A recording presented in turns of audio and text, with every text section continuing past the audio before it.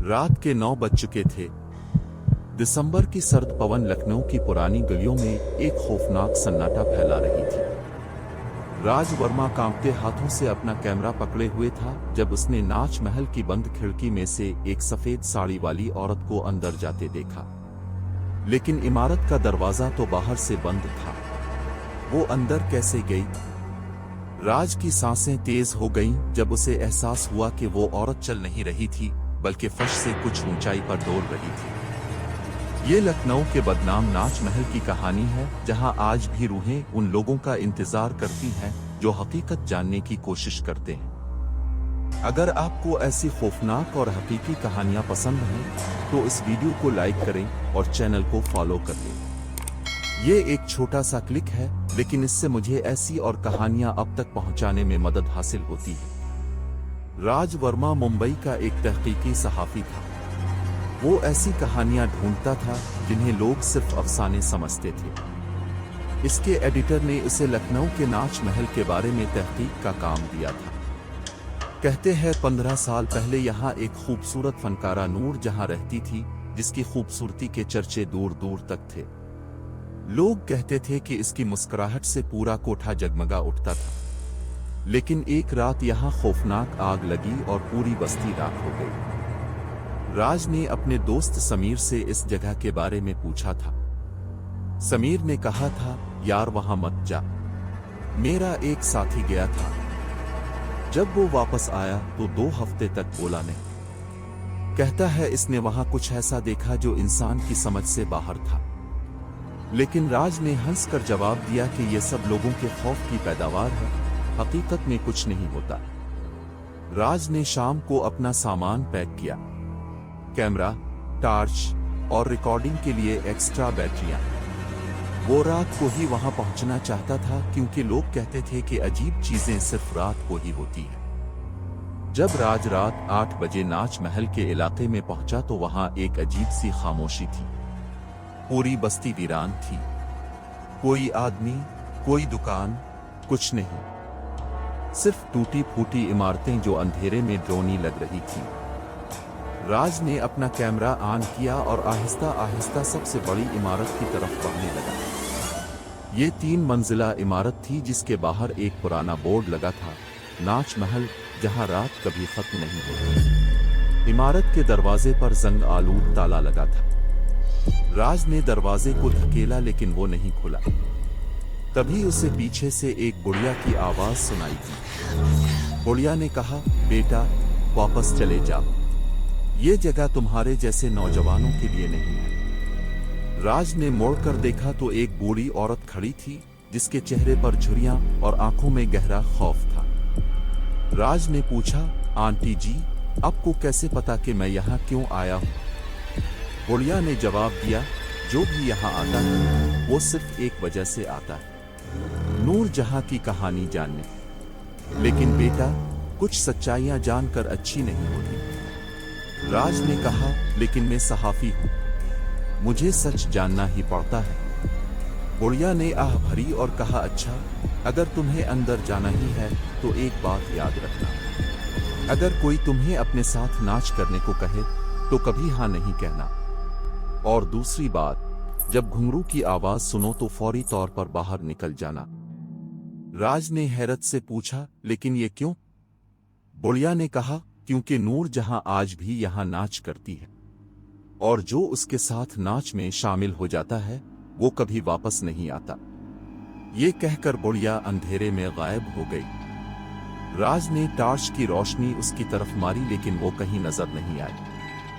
राज को एक बगैर कुंडी की खिड़की मिली जिससे वो अंदर दाखिल हो गया। जैसे ही इसने अंदर कदम रखा, एक अजीब किस्म की इत्र की खुशबू आने लगी। ऐसी खुशबू जो बहुत पुरानी लग रही थी, जैसे किसी कदीम जमाने से आ रही हो। अंदर का मंजर ऐसा था जैसे वक्त यहीं रुक गया हो। हर तरफ मकड़ी के जाले थे। फर्श पर टूटे हुए घुंघरू, पुराने तबले और एक हारमोनियम पड़ा था जिसकी चाबियां टूटी हुई थीं। राज ने कैमरा चलाया और कहा, देखो दोस्तों, मैं अभी नाच महल के अंदर हूं। यहाँ का माहौल वाकई खौफनाक है। वो आहिस्ता आहिस्ता सीढ़ियों की तरफ बढ़ा। लकड़ी की सीढ़ियां चरचराती हुई आवाजें निकाल रही थीं, जो इस खामोश इमारत में बहुत ज्यादा तेज लग रही थीं। पहली मंजिल पर पहुंचकर राज ने देखा कि वहां कई कमरे थे। हर कमरे के बाहर पर्दे लगे थे, जो अब फट चुके थे। उसने पहले कमरे में झांका। अंदर एक बड़ा सा आईना था, जो हैरत अंगेज तौर पर बिल्कुल साफ था। बाकी सब चीजों पर मिट्टी और जाले थे, लेकिन यह आईना ऐसा लग रहा था जैसे किसी ने अभी साफ किया हो। राज आईने के करीब गया। जैसे ही इसने अपने अक्स को देखा, इसे लगा कि आईने में कुछ और भी है। इसके पीछे कोई खड़ा है। उसने फौरी तौर पर पीछे मुड़कर देखा, लेकिन वहां कोई नहीं था। फिर इसने दोबारा आईने में देखा। इस बार साफ नजर आया। एक औरत सफेद साड़ी में इसके बिल्कुल पीछे खड़ी थी। राज के रोंगटे खड़े हो गए। उसने फिर से पीछे देखा, लेकिन कोई नहीं था। तभी उसे दूर से घुंघरू की हल्की सी आवाज सुनाई दी। छन छन छन। घुंघरू की आवाज आहिस्ता आहिस्ता करीब आ रही थी। राज को बुढ़िया की बात याद आई। से फौरी तौर पर यहां से निकलना था, लेकिन जैसे ही वो मुड़ा, दरवाजे में एक औरत खड़ी थी। सफेद साड़ी, लंबे सिया बाल और पैरों में घुंघरू। उसका चेहरा बहुत खूबसूरत था, लेकिन उसकी आंखें बिल्कुल खाली थी। औरत ने मुस्कुराते हुए कहा, खुश आमदीद। कितने अरसे बाद कोई मेहमान आया है। राज ने कांपते हुए पूछा, तुम कौन हो? औरत ने जवाब दिया, मैं वही हूं जिसे लोग नूर जहां कहते थे। ये मेरा महल था। यहां हर रात महफिलें सजती थी। राज ने कहा, लेकिन तुम तो 15 साल पहले मर चुकी हो, आग में जलकर। नूर जहां ने हंसते हुए कहा, जिस्म तो जल गया था, लेकिन रूह आज भी यही है। और तुम जानते हो क्यों? क्योंकि मेरा आखिरी नाच अधूरा रह गया था। राज ने कहा, मुझे जाने दो, मैं सिर्फ एक सहाफी हूं। नूर जहां ने कहा, जाना? इतनी जल्दी? लेकिन तुम तो मेरी कहानी जानने आए थे ना। आओ, मैं तुम्हें सब कुछ दिखाती हूं। उसने अपना हाथ राज की तरफ बढ़ाया। राज पीछे हटा, लेकिन उसकी कमर दीवार से लग गई। नूर जहां ने अपना हाथ राज के चेहरे के करीब लाया। इसके हाथ ठंडे थे जैसे बर्फ। नूर जहां ने कहा, तुम्हें मेरी कहानी जाननी है ना? तो सुनो। मैं इस महल की मलिका थी। लोग दूर दूर से मेरा नाच देखने आते थे, लेकिन यहां एक आदमी था, शेख साहिब नाम था इसका। वो यहां का सबसे बड़ा ठेकेदार था। राज ने पूछा, फिर क्या हुआ? नूर जहां ने जवाब दिया, शेख मुझसे मोहब्बत करता था, लेकिन मैं नहीं करती थी। मैं इससे सिर्फ पैसे लेती थी, क्योंकि मुझे अपनी बीमार मां का इलाज करवाना था। मैं मजबूरी में यहां थी, अपनी मर्जी से नहीं। राज ने कहा, तो फिर आग कैसे लगी? नूर जहां की आंखों में गुस्सा आ गया। नूर जहां ने कहा, एक रात जब मैंने शेख को साफ साफ मना कर दिया कि मैं इससे शादी नहीं करूंगी, तो उसने गुस्से में पूरे महल को आग लगा दी।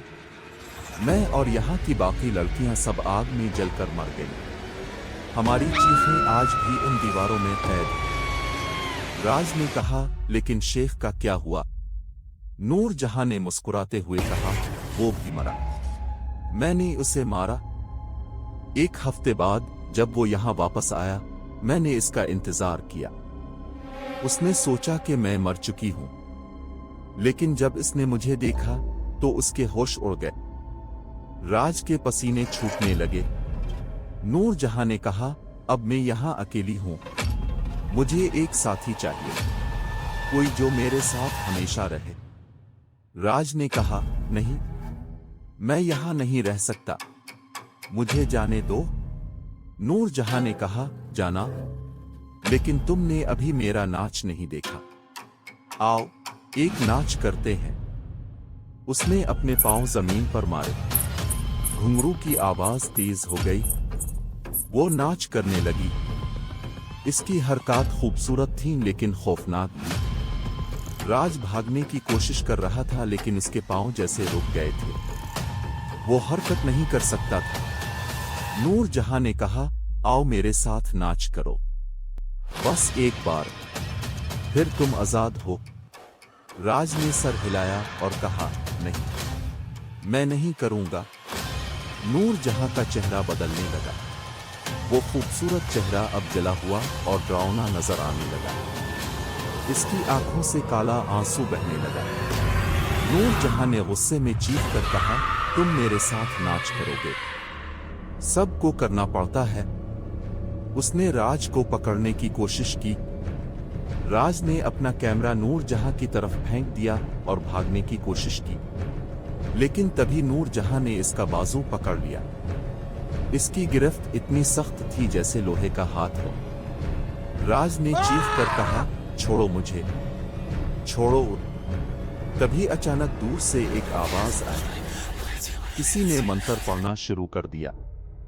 वही बुढ़िया जो बाहर मिली थी, अब कमरे के दरवाजे पर खड़ी थी।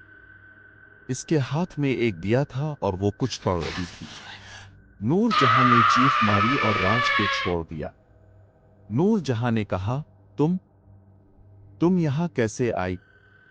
बुढ़िया ने कहा, बेटी, अब बस भी कर, कितने लोगों को और तकलीफ दोगी?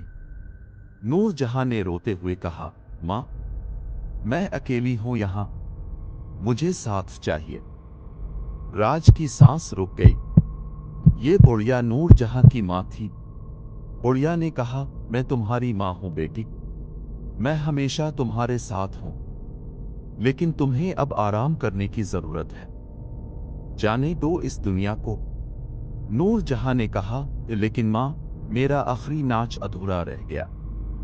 बुढ़िया ने मुस्कुराते हुए कहा, तो आओ, मैं तुम्हारे साथ नाच करती हूं, बस आखिरी बार। नूर जहां के चेहरे पर मुस्कुराहट आई। वो फिर से खूबसूरत नजर आने लगी।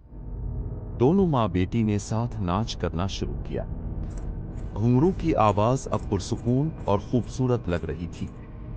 राज वहीं बैठा देखता रहा। आंसू उसकी आंखों से बह रहे थे। आहिस्ता आहिस्ता दोनों की शक्लें धुंधली होती गईं और फिर बिल्कुल गायब हो गई। राज बाहर निकल आया। इसकी सांसें तेज थीं और दिल जोर जोर से धड़क रहा था। वो वापस मुंबई पहुंचा और उसने इस कहानी को लिखने की कोशिश की, लेकिन किसी ने यकीन नहीं किया। एक हफ्ता बाद राज ने सोचा कि वो दोबारा जाएगा और इस बुढ़िया से मिलेगा। शायद वो पूरी कहानी बता सके। लेकिन जब वो लखनऊ पहुंचा और मकामी लोगों से पूछा, तो उन्होंने कहा कि कोई बुढ़िया नहीं रहती यहां। हाँ, नूर जहां की मां थी कमाल भी, लेकिन वो तो 20 साल पहले मर चुकी है। राज को समझ आ गया, जिस बुढ़िया ने उसकी जान बचाई थी, वो खुद एक रूह थी। एक मां जो आज भी अपनी बेटी की हिफाजत कर रही थी और गैरों को भी बचा रही थी। आज भी जब राज रात को सोता है तो उसे घुंघरू की आवाज सुनाई देती, दूर से, बहुत दूर से। आपके ख्याल में क्या वाकई रूहें इस दुनिया में रह जाती हैं? क्या मोहब्बत मौत के बाद भी जिंदा रहती है? अपनी राय कमेंट्स में लिखी। अगर आपको ये कहानी पसंद आई तो लाइक, फॉलो करें और बेल आइकन दबा दें। अगली बार तक महफूज रहें और याद रखें, हर महल का अपना राज होता है।